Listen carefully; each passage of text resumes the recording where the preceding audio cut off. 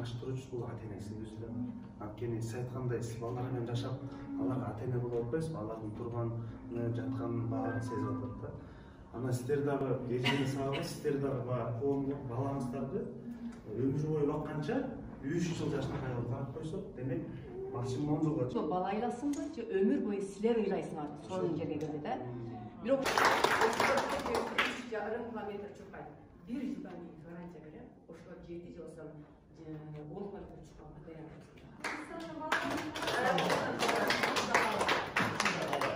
Орта Азиядан да келип катышат. Мына бирок биздин Кыргызстанда өзү мындай сиз айткандай бейиштүү адамдарды көп спортко аралаштырган иш-чаралар аз. Жаңадан эле баштап балыкчылык уюштуруп атабыз Таласта, Бишкекке. Бирок анда дагы биз мындай социализация, анткени биздин ата-энелер да даяр эмес да, анткени ата-эне мындай эмгегине көнүгүп, көңүл бурулуп, анан буга чейин спорттук жайлардын баары эле сол адамдар үчүн ыңгайлаштырылган экен. Анан машыктыруучулардын баары, айрым алган машыктыруучулардын баары ошол биз билип жүргөн сол адамдарды эле машыктырат. Азыр Кыргызстан боюнча болгон 5 эле машыктыруучубуз бар да, Кыргызстан боюнча да.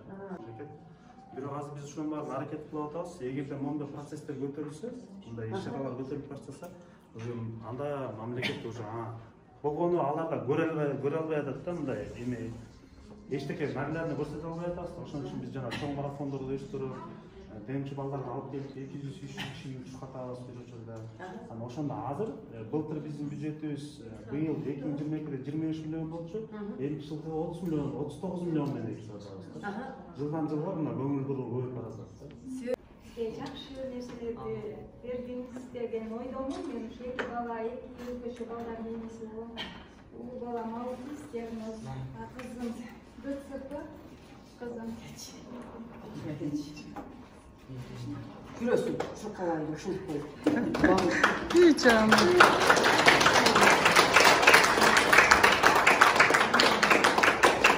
Шынында сүйүшүп атат да. Сизге Кудайым ушу Аллахым ден соолугуңузду бекем кылсын, өмүрүңүздү узун кылсын. Ушу сиз өзгөчө балдарга жардам берип атасыз, ошо сиз 5 деген экенсиз. Ушу өзгөчө балдарды ушундай деңгээлге алып чыгып, сиздин өтө күчтүү адам экенсиз да. 5 дегенге катар бааларым сиздичи. Өтө керек адамсыз, адам экенсиз. Бизге ошого мага ошогон энелер толуп тура, аябай керек экенсиз. Ушу сиз биз менен да иштешиңиз демекчи, биздин балдарыбыз менен да иштешиңиз, бизге да жардам бериңиз демекчибиз.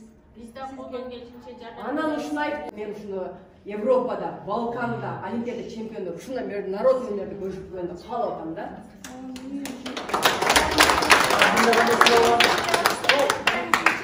Эмнелер гана болсо ошол ушундай энелердин тилеги бар, орундалса демекчи. 5 мүнөт убактым калды. Өмүрүңүз болсун, кызым. Чын болсун.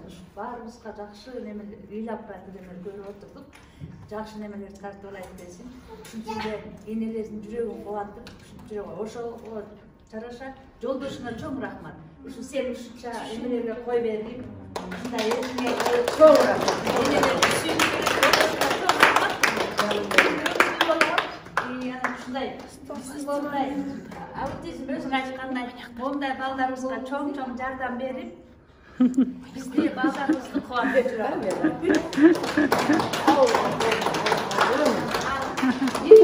Мен кызым 15. Ошол баланын азыр тагдырычы сиз байланыштыңыз, билесизби? Эмне болду? Кичине улучшение болуп калган жок, бирок сүйлөп калды. Сүйлөп анан үйдө кызмат кылып, сонун апасы айткандай, сен мага келин алып берип койдуң. Кызматчы болгон да, ушул апасынын тамак ашын кылат, апасына массаж кылат. Азыр сиз бизге өйрөтсүз сары. Бетине кучакташып коюучу.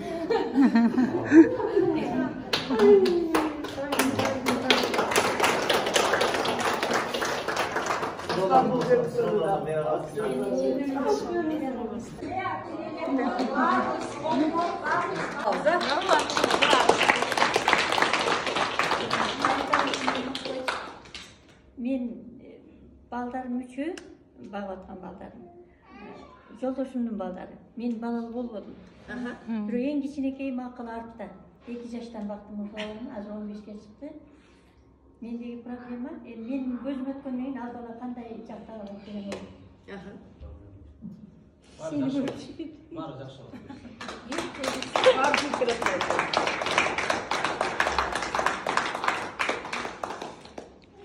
Алладан кийин тапшырып кетер адам бар деп сүйөндүм. Чоң рахмат. Баарыңар ушу мага окшогон элесиңер. Мен өзүм төрөбөсөм дагы, өзүм төрөгөндөй багып жүрүм. А силер өзүңөр төрөп алып жүргөнгөр ооруп жүрөт алтындарым. Силерге Кудай кубат берсин. Оорубагыла. Ошо жаман балдарыбызды да Кудайым колдогон болсун.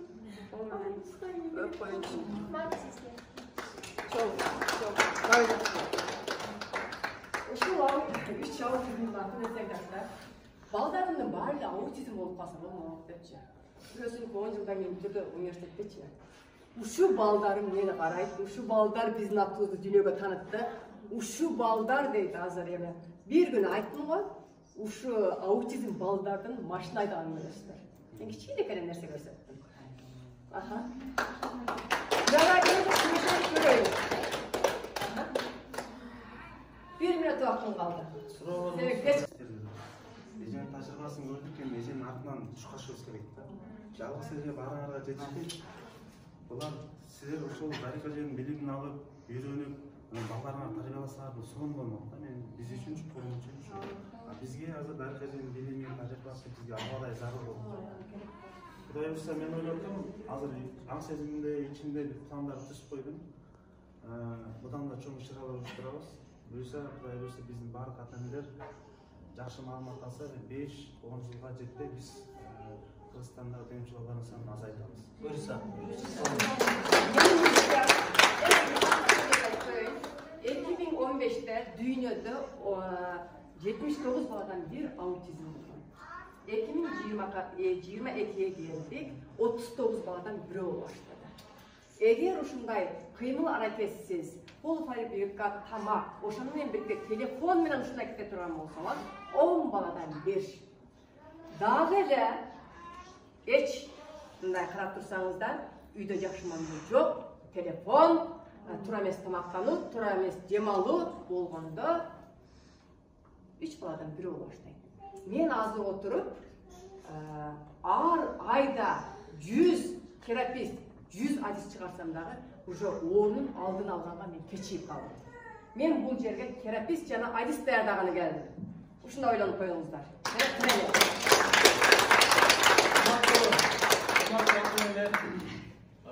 Дагы массажист, өнөрдүн ээси катары, Кыргызстан кайымдын ишенимдүү адам катары, жанында кызматчысы катары жүрөм канча айдан бери. Кудайга миң мертебе шүгүр, ушундай ата бөлөк эне башка бир тууган эже тапканыма сыймыктанып жүрөмүн. Эми келиңиздер, баардыгыңыздар түшүндүңүздөр деген тилектемин. Кудайым буюрса бул булактын көзүн ач, булак көрсөң көзүн ач, андан сансыз адамдар суу ичсин деген сонун сөз бар. Булак келди, анын көзүн ачуу биздин колубузда. Буюрса ачабызбы? Тарикайымды колдоого даярбызбы? Демек, Кыргызстандагы миң деген ыйлап жаткан энелердин көз жашын арчып турган бир жалгыз өз эмес идея көтөрүп келди. Сиздер.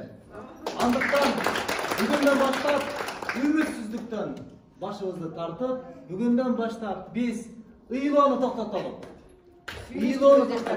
Башыбызды жерге салууну токтоткандашым, көкүрөктө улуу намыс кайнасын. Ар бир кыргыз аманаты манастын хан тукуму кулгайланып калбайт, Кудай буюрса. Биз ойлонолу, мынакей Зарика адатына ажар, келип эле өзүн көрсөтүп кетип калган жок. Бар. Жакшы күндө жолугабыз.